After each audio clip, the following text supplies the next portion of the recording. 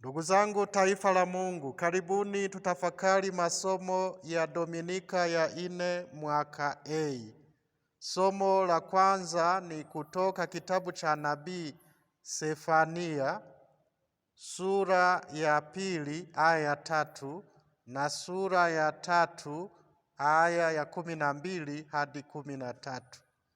Somo la pili ni kutoka waraka wa kwanza wa Mtume Paulo kwa Wakorinto sura ya kwanza aya ya 26 hadi 31.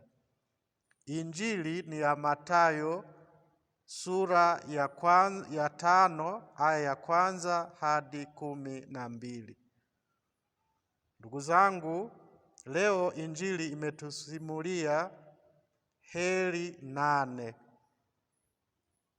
Yaani heri ya kwanza, heri walio maskini, na heri ya pili, heri wenye huzuni, 3 heri wenye upole, 4 wenye njaa na kiu ya haki, halafu wenye rehema, halafu wenye moyo safi, halafu wapatanishi, halafu wenye kuudhiwa kwa ajili ya haki. Wapendwa, tukiangalia vizuri, kuna heri ya kwanza ambayo tutasema ndio msingi wa heri zote. Heri walio maskini wa roho, maana ufalme wa mbinguni ni wao.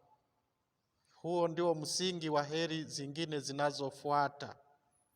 Inabidi tujitahidi kwanza tuelewe ni umaskini gani, heri walio maskini wa roho. Bila shaka Yesu hakutaka kutuambia kwamba ni vizuri tutafute umaskini. Umaskini sio kitu kizuri. Viongozi wa nchi zote wajitahidi badala yake kutafuta maendeleo ya nchi zao, wananchi wapate maendeleo. Hata hivyo, wakipata maendeleo kimwili, wasisahau pia kutafuta maendeleo ya kiroho, kwa sababu kuna nchi zilizoendelea vizuri kiuchumi, lakini baadaye kama wakiwa wametelekeza maendeleo ya kiroho, maendeleo ya kiimani, baadaye wakapoteza vitu vingi, hata utamaduni, utamaduni wa Injili, bila kusahau imani ikashuka, bila kusahau maadili sehemu nyingi, ambapo waliwekeza kwenye maendeleo bila kuwekeza kwenye maendeleo ya kiroho, maendeleo ya kimwili tu, basi wakajikuta hata mambo ya maadili yanakuwa katika hali mbaya. Kwa hiyo kuna madhara kama kuna maendeleo ya kimwili bila kuwa na maendeleo ya kiroho. Kumbe Yesu alichotaka kutuambia sio kuwa na umaskini, sio kutafuta umaskini wa kimwili, sio kuwa fukara, yani usiwe na chochote. Alitaka kutuambia kitu kingine. Heri walio maskini wa roho ni wale ambao wanajua kwamba hawana chochote kama hawana Mungu.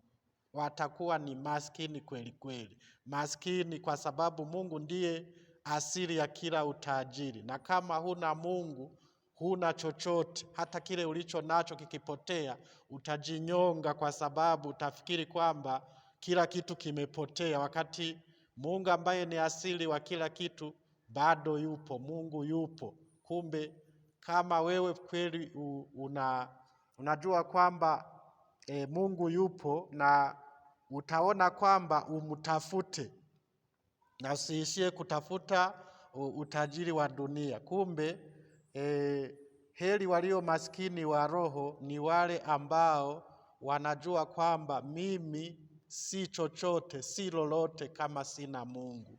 Mimi ni maskini kweli kweli kama sina Mungu, maana nimepoteza asili ya utajiri wangu. Kwa hiyo heri walio maskini wa roho ni wale ambao wanajua kumtafuta Mungu, wakijua kwamba wana mapungufu, wakijua kwamba hawajakamilika, wakijua kwamba mali za dunia muda wowote zinaweza zikatoweka, lakini zikitoweka Mungu hajatoweka, Mungu yupo. Kumbe wanabaki na matumaini kwake. Ndiyo maana hata somo la kwanza linawaalika Waisraeli kwamba wamtafute Mungu, na linasema nitasaza ndani yako nchi ya Israeli watu walioonewa na maskini, nao watalitumainia jina la Bwana. Kumbe umaskini ukikukuta ukajikuta katika hali duni, hata kama si kitu sio lengo la mwanadamu, walao hiyo hali kikukuta, inakusaidia kumtafuta Mungu, inakusaidia kumtumainia Mungu. Na kama umekuwa na utajiri wowote, Mungu akikujalia utajiri, unaweza ukawa na moyo ukawa maskini wa roho. Maana yake ukawa mtu ambaye unaona kwamba hauna chochote kama huna Mungu. Kwa hiyo unaendelea kumtafuta Mungu, na kuna matajiri kwa kweli ambao wanajitahidi kumtafuta Mungu, akaona kwamba utajiri hauwatoshi, yani wanapaswa pia kuwa na maendeleo ya kiroho. Lakini Yesu aliwahi kusema kwamba ni vigumu tajiri kuingia katika ufalme wa Mungu, lakini sio kwamba alisema haiwezekani, alisema ni vigumu. Kwa hiyo matajiri, ukijaliwa utajiri, unapaswa kupambana zaidi kuliko yule ambaye hana chochote, kwa sababu yule ambaye hana chochote ni rahisi kugundua kwamba ana mapungufu, anapaswa kumtafuta Mungu. Lakini wewe ambaye una utajiri, shida yako ni kwamba unaweza utajiri ukakuzuia usione kwamba kuna mapungufu, kuna vita ambavyo vya kiroho ambavyo unapaswa kuvitafuta ili uwe karibu na Mungu zaidi. Kwa hiyo Yesu aliposema kwamba ni vigumu tajiri kuingia katika ufalme wa Mungu, alitaka kumaanisha kwamba tajiri anapaswa kupambana zaidi, kwa sababu utajiri unaweza ukampofisha, asione mbele, asimuone Mungu, asimtafute Mungu. Lakini pia hajasema kwamba haiwezekani.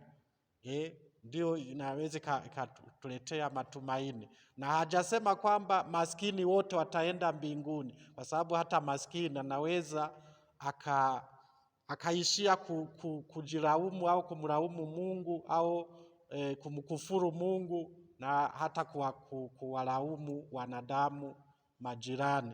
Kwa hiyo na yeye anapaswa kupambana ili katika hiyo hali aliyo nayo awe na ujasiri wa kumtafuta Mungu na kumtumainia Mungu. Kwa hiyo heri ya kwanza inawafanya wale ambao wana huzuni waendelee kuwa na matumaini, na wale ambao wana njaa na kiu ya haki waendelee kumtumainia Mungu. Na inamfanya mtu awe mpole, awe na rehema, awe na moyo safi, na awe mpatanishi, na awe na matumaini kwa Mungu katika udhia anayokutana nayo katika utume wake. Kumbe ni vizuri kuona kwamba hiyo heri hiyo ya kwanza ni msingi wa heri zote zinazofuata. Kwa hiyo tukumbuke kwamba Mungu angependa kumtumia yule ambaye anajitambua katika unyonge wake, anajitambua katika umaskini wake, anajitambua katika mapungufu yake. Ndiyo maana katika somo la pili tunaona kwamba Mtume Paulo kufungua macho, akasema angalieni mwito wenu, ya kwamba si wengi wenye hekima ya mwilini, si wengi wenye nguvu, si wengi wenye cheo walioitwa, bali Mungu aliyachagua mambo mapumbavu ya dunia awaaibishe wenye hekima. Hiyo hekima ni ile hekima ambayo imeisha changamana na kiburi. Tena Mungu alivichagua vitu dhaifu vya dunia ili aviaibishe vyenye nguvu. Na huko katikati akasema, mwenye mwili awaye yote asije akajisifu mbele za Mungu. Kumbe Mungu angependa kututumia sisi wanadamu kupanua ufalme wake, tukiwa tumetambua unyonge wetu, umaskini wetu, udhaifu wetu, mapungufu yetu, ili neema ya Mungu ije kutuinua, ije kutusaidia katika hali yetu ya unyonge. Tumtafute Mungu tukiwa na unyenyekevu wa kutosha.